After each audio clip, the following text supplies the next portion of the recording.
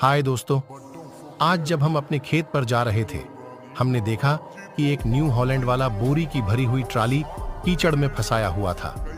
हमने अपना ट्रैक्टर को वहां पर रोक दिया। न्यू हॉलैंड वाले ने ट्राली छोड़कर हमारे पास आया, बोला, इस स्वराज से इस ट्राली को निकाल दो। हमने अपना स्वराज उसकी ट्रॉली में जोड़ा।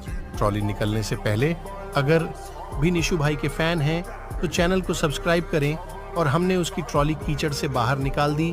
पार्ट 2 के लिए लाइक करें।